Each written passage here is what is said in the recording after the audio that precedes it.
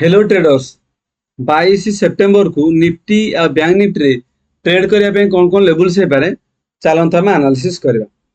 चलते प्रथम देखा निफ्टी निफ्टी रे जदि हम डेली कैंडल को देखा मार्केट आमर एनालिसिस थिला कौन एग्जैक्ट मार्केट टॉप रे जाएगी गोटे red hanging man candle hanging man candle माने एठू मार्केट रो व्यू नेगेटिव आसबार बहुत चांस अच्छी। एग्जैक्ट मार्केट फ्लाट ओपन होगी से सेलिंग प्रेशर नेक्स्ट डे दिन सारा रहा आमर 19 सेप्टेम्बर दिन सारा सेलिंग प्रेशर ही रहा। तो आमर व्यू थिला जदि फ्लाट ओपन हम कि गैप डाउन ओपन हम दीटा केस आमर व्यू नेगेटिव रहिबो।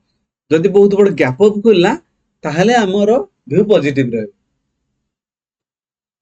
तो एग्जैक्ट आमर डाउन साइड रे आसला मार्केट। चलो देखा निफ्टी 15 मिनट टाइम फ्रेम रे आम कौन कौन लेवल्स है जदि आम 15 मिनट टाइम फ्रेम देखा मार्केट रो सेलिंग आखापाखि 25,450 25,450 रु आमर सेलिंग प्रेशर आसी मार्केट कौन कर लगातार सेलिंग किंतु आमर स्ट्रॉन्ग सपोर्ट भाया काम करी कौटी ना 25,300 25,280 रु 25,300 25,280 रु 300 यारी भितर मार्केट सपोर्ट नहीं।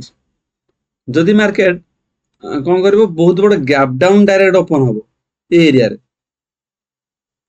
मिनिमम 25,250 तले डायरेक्ट 350 रे मार्केट अच्छी मार्केट कौन कर 25,350 रे क्लोज देजी। जदि मार्केट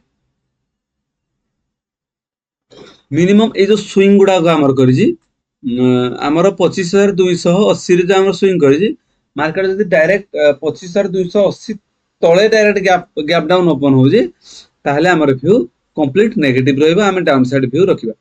जदि आमर फ्लैट ओपन हो जाउजी ए एरिया रे ताहले पुणी कोन करियो मार्केट पुणी आमर अपसाइड मूव करार पॉसिबिलिटी रही पारे जोटा कि 25,450 को टच करने टार्गेट करि पारे। जदि फ्लैट ओपन हो तो ये जस्ट पुल बैक ऊपर को दे पारे किंतु मार्केट जदि आमर गैप डाउन ओपन हो जाउजी 25,280 तले जदि डायरेक्ट गैप डाउन ओपन हो ताहले आमर व्यू नेगेटिव रही। जदि मार्केट बहुत बड़ पुणी गैप अप ओपन हो गला मिनिमम 25,450 ऊपर जदि डायरेक्ट गैप अप ओपन हो गला ताहले मार्केट कौन करबो एदु धीरे धीरे धीरे पुणी अपसाइड मूव करिवार पॉसिबिलिटी रहइबो।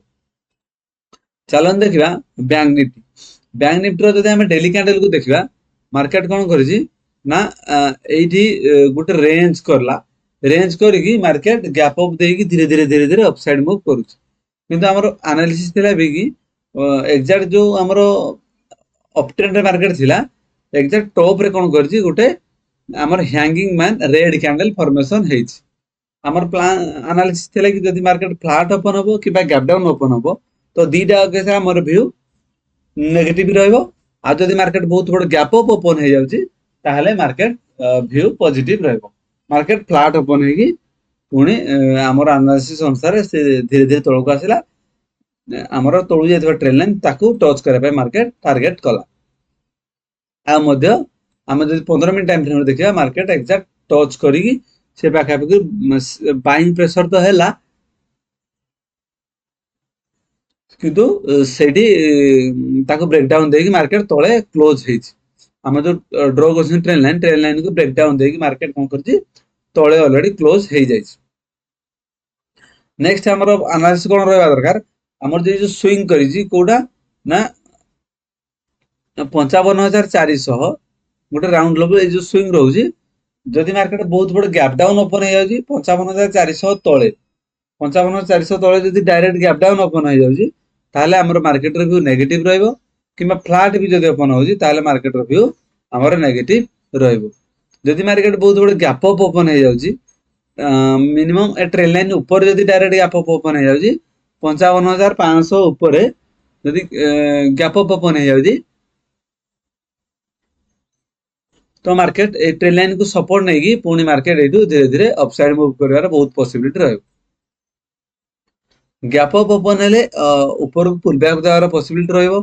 जदि मार्केट फ्लैट ओपन होउछि कि गैप डाउन ओपन होउछि तो दीटा केस रे हमर व्यू नेगेटिव रखिया को पड़िबो। एही भली निफ्टी या बैंक निफ्टी ट्रेडिंग लेवल पाए भाई वीडियो को लाइक एवं चैनल को सब्सक्राइब करंतु। Thank you.